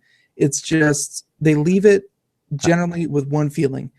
It's either it's getting old and they've just they're just tired of it, and that is perfectly acceptable. It's been around for 10 years. You can do that. And then the second one is there's nothing to do. There's no new content. And I think everyone who left for the second reason, that there is no content, Blizzard is trying to fix that. All right. Oh, well, maybe they will. So it's no doubt they're going to get back a couple million of their subscribers. All right. Not forever. Again, not forever. Blizzard can still make some smart decisions and get people back on their side. It's just, time will tell, but Blizzard has always been able to pull themselves back from any kind of, I can't use that word on the air, any kind of argument storm that they've ever been in. Okay. Well, Microsoft Windows 10 is here, and according to Paul Lilly from Maximum PC, their first cumulative update for Windows is here. And he starts off, well, that was fast. Okay. In this new era of Windows as a service, Microsoft has released its first cumulative update for Windows 10, which some are calling Service Release 1, which is sort of a, okay. Evidently, the update is KB 3081424, and it's a big one. It replaces something else that has a similar number. KB 3074683. Exactly. Which everyone's favorite. You read your children to sleep, reading the user manual for, of course, KB 3074683. And this is what you do. And he says you've already probably installed it since, remember, updates are automatically applied to Windows 10 Home machines. So if you have Windows 10 Home, guess what? You already have this update. Although Windows 10 Pro can opt to put them aside for 8 months. But if you got Windows 10 Home, you got this update. Yep. Now, according to Paul, he says that they're not providing a ton of details about what's in here. They gave a simple description. They said the update includes improvements to enhance the functionality of Windows 10. So they give a couple of examples. But he says, that said, be aware that KB 3081424 checks in and around 325 megabytes. You'll also be required to restart your PC to finish applying the bug fixes. So obviously stay at work. If you've been using Windows 10, that's nothing new, and you haven't been rebooting for a while, well, now you need to. But at the same time, again, that's nothing new. If you use Windows, you know that after every system update, you have to, of course, restart. Restart it, right? Not one of those fancy Macs where you can kind of just never restart. You never really have to restart it. It just kind of applies it. Rarely will you have to restart your Mac. He says, expect more of the same, at least initially. Evidently, one of the contexts that Microsoft is planning to dole out more cumulative updates in the future, possibly every week for the first month of Windows 10 availability. So be prepared. So I guess because they're cumulative, this is nice that if you are opting into Windows 10 at a later date, of course, you purchase it a month, or you get it for free, or you purchase it a month later. That means that you won't have to continuously, you log in for the first time, you just install Windows 10, and you have 15,000 updates to install. No, because they're cumulative, you have one to install. That's nice. Yes. That is nice. Yes, they learned that lesson the hard way, but that's good. It's like, Microsoft is applying, patch 1 of 1043.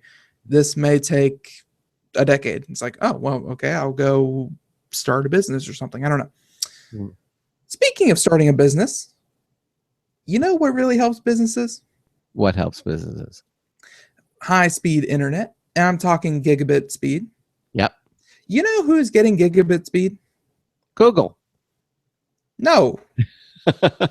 Not Google. That's who's giving gigabit speed. Oh, okay. You know who's getting gigabit speed? Would it be someplace in California, maybe? Mayor Taylor announces Google Fiber coming to San Antonio. Texas, yeah. Texas, yet again. I believe Austin has already gotten it. But yeah, no. San Antonio, Texas, and Google Fiber will be coming. This is from ksat.com. This is from just 2 days ago, actually. And yeah, Mark Strom of Google Fiber said the infrastructure for the network will take a few years to complete. Strom said he couldn't provide a specific date or timeline of when the service will be available for customers or who will get the service first in the Alamo City. But they've announced it. The mayor is, of course, thrilled that Google Fiber would come to their nice little town. And yeah, it kind of stinks that they don't have a definitive timeline that we can say, starting in January 2017, Google Fiber will be available in San Antonio. Yeah. But of course, San Antonio residents are extremely happy, and we've seen this many, many a time. Wherever Google Fiber goes, competition is sure to arise, be it in the form of Comcast or AT&T. They usually launch their own competitive speed internet service in the area, so that's always good. And of course, we see businesses and home prices jump dramatically. So that's if you live in San Antonio, this is huge. This is huge news. Yeah, and of course, being Computer America, this is we love when new gigabit fiber service is available to new areas because we feel like everyone should have access to that. That's such a great service. Absolutely, no question about it. And you're true. Things like that do help real estate prices go up. I mean, if you're buying a new home and they're telling you, hey, guess what? You now have gigabit internet access. That's a strong selling point. Yeah, really. Yeah. I think it's like among millennials or among the younger generation who are buying their first houses or looking to move to new cities to find jobs. Like they said, like number 3 or 4 on their checklist of what are the crime rates like, and what's the education system, what are the taxes. 3 or 4 on everyone's list is always what kind of internet speed do they have there, and if it's underdeveloped, that's a huge hindrance in bringing new people into your city, because who wants to move to a city that has average internet speeds of 6 megabits per second? I remember when that used to be fast. Yeah, that was back in the day, but nowadays, because everything is streamed online, everything is accessed online, and everything is done online, the faster, it can never be fast enough. No, you're right. That's the rule nowadays. Back when it was 6 megabits, back when you had your 56K modem, the world kind of slowed down because that's all you had. That's all people had available. So people weren't expecting too much. But nowadays, people expect the world. They want everything coming through the internet, and they want it fast and without lag. And why not? Exactly. As they should, as they should. We live in the future, so why shouldn't we? That's the way the internet was always intended to be. Okay, but we had a long road to get there, but we're almost down that road now. We're getting there. Yep, yeah. Okay, well, you mentioned before I have a Google Chromecast. Love it. $35. It gives me an amazing amount of flexibility. And they keep improving it, and it's the same device. It just upload new features, new abilities. It's wonderful. Allows me to, control my TV with my iPhone. I mean, it just got. I can stream Netflix on it. So many different services I can watch on my big screen. Well, evidently, guess what? HBO Now rolls out support for Google's Chromecast. HBO Now. It's here. And evidently, an Apple TV is no longer necessary to get it. I know they had an exclusive for a while, but now HBO Now apps for the Android and iOS just received Chromecast support. So if you don't see Chromecast option on your phone or tablet, just make sure that you have the latest update. Okay? So as I mentioned before, the only realistic way to get HBO Now on your TV without an Apple set-top box was to cast it from a Chrome web browser tab. Now, however, you can send HBO Now to your TV just as you would with any other app. So now you can get Netflix, you get YouTube, you can watch it all on your high-quality television set. Yep. And this was supposed to happen, by the way, since late May, and it got postponed, but it's here now. Okay. They also HBO Now is also available on Sling TV, and it's expected to come to the Amazon Fire TV and Fire TV Stick in the upcoming weeks ahead. Of course, not the Matchstick, because the Matchstick is no longer. It died, right? Exactly. So, well, it didn't fall over dead. It they stopped. It's no longer being supported. So, okay. So if you're a cord cutter and you want to get and this is just one more reason why you might want to cut the cord. Lots and lots and lots of people said that they only kept their cable subscription because that was the only way to get HBO. HBO has been a huge draw for a lot of people because, not to mention that Game of Thrones is quite literally the biggest show in television today. And HBO owns exclusive rights to that. True Detectives, I hear great things, and they have a lot of great content. HBO in general has always had a very, very prestigious lineup. Like, it's not cable, it's HBO. And, a lot of people, they only had cable subscriptions because of HBO, and that's why cable companies were trying to keep their deal with HBO going as long as they possibly could, because they knew that they'd be losing customers left and right as soon as HBO was available by any other means. But HBO finally said, you know what, guys, forget it. People want our service. They want it online, and they want to stream it just like they do Netflix. So here you go, folks. And they come out with HBO Now. Now, did I read or hear something that Game of Thrones is in its last season or something? Or was it? I heard that they had 8 seasons planned out. They have 8 seasons, a movie, and some other, spin-offs and things like that. But I heard 8 seasons. Okay. And what season are they in now? 5. 5. Oh, so all right. They're on the 5th season. All right, so they got 3 more seasons, so they're going to be around for a while. Yeah, I've only watched up to 2, so don't call in with any spoilers. But I have read the books, so nothing really surprises me at this point. It's just, the television series and the books are now different, and the TV series plans to go on for about 8 seasons from what I've heard. So, at the moment, it's still the biggest thing on television, and now it's available on your Chromecast. There you go. Very good. All right. Very good. What do we get? What else we got? Oh, in the last, 7 or 8 minutes, let's see. How about, okay, I got one.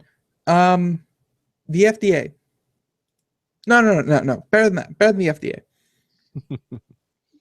The FDA. What a boring place. No, this actually came out yesterday, and this has been on the lips of all the great minds of our generation. Stephen Hawking, Elon Musk, Bill Gates, all the great technical people of our generation have been saying that the robots are coming. Autonomy is coming, and we need to watch out for it. Mm-hmm. Well, the UN, I believe, or someone, the Future of Life Institute, released an open letter. Oh, by the way, and this article comes from Pop Sci, Eric Sofchi. A ban on autonomous killer robots is inevitable. So again, the Future of Life Institute released an open letter calling for a ban on autonomous weapons. The Institute defines these as systems that can elect and engage targets without human intervention, and proposes that artificial intelligence technology has reached a point where the deployment of such systems is practically, if not legally, feasible within years, not decades, which is very true. So yeah, the content of the letter is pretty irrelevant. It's 437 word document that's more Facebook post than rallying cry, but this is of course an open letter pertaining to AI safety, and this has some famous signatories like Elon Musk and Stephen Hawking, and they have both signed the new letter. So yeah, it's I guess the whole point of this thing was to start the conversation about, hey, autonomous killing robots. It's gotten to the point where, yeah, like they're saying, this is years away, not decades or even centuries away. This is something that we have to start thinking about now before we enter that gray area of, okay, so far every piece of military equipment, anything with a weapon, at some point along in the decision-making process, there has to be a person behind the controls who has to make the decision to press the button and take a life, or not press the button and let the target go. And even that is getting into trouble because, of course, drones are such a hot topic. But it's only going to be a matter of years until we have drones that can find targets, evaluate what they're doing by themselves, and then potentially, if we have them programmed the correct way, determine if they're a threat, just by their actions and just by what they're doing, determine if they're a threat, and then let the drone automatically say, okay, this person is posing a clear danger to this group of people or this person. Let's kill this person. And this open letter kind of states that that's when you get in trouble in science fiction. That's when the train goes off the rails. The moment you let robots decide the fate of humans is the moment that dystopian futures become reality. You have Skynet.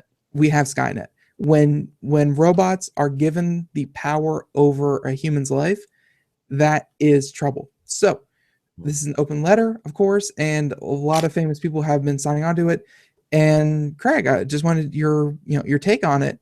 Of course, what do you think about when, one day we're going to have autonomous cars, and it's not, unimaginable that the military could create a system that could identify a target, assess what the target is doing, and determine if that target needs to be, killed. And taking it out of human hands completely, and letting an algorithm, and letting that all happen by a computer, a little beginning to end. Yeah, well, it is. That's one that it's hard to debate. I mean, hard to come up with in the next few minutes. The morality of something like that.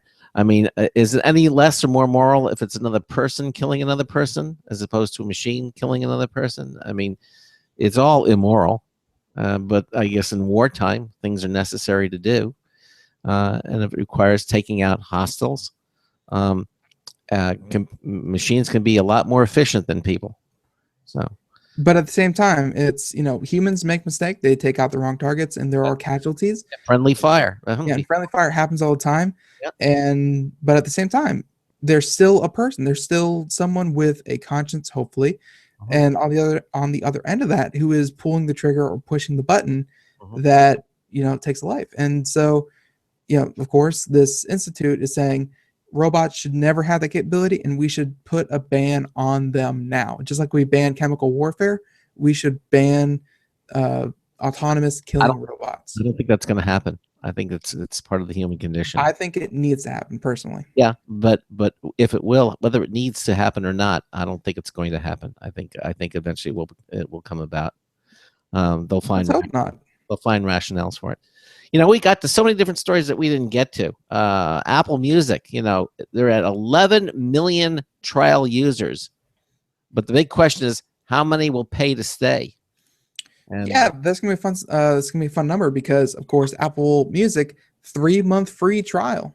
Yeah, exactly. What happens after 3 months, though? That's what we're about to find out. Yeah, and we'll talk about that. And also, Tesla confirms the Model X deliveries to begin by the 30th September, a lot sooner than we had anticipated.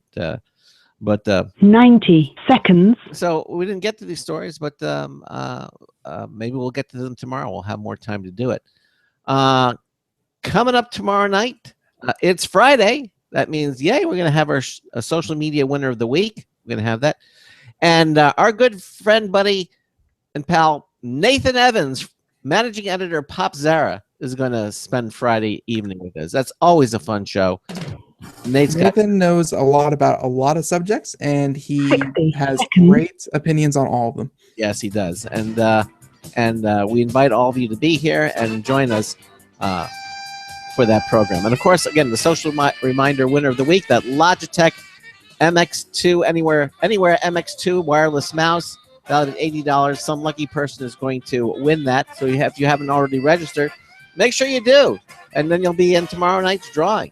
It's just that simple. But you can't win unless you enter. All right, that about wraps it up. Thank you so much for being here. Thanks again to Abby for being with us here. And Ben and I will see you tomorrow night. So until tomorrow night, this is Craig Crossman, hoping that your hard disk never becomes floppy. We'll see you tomorrow night. Good night, everyone. 10 seconds.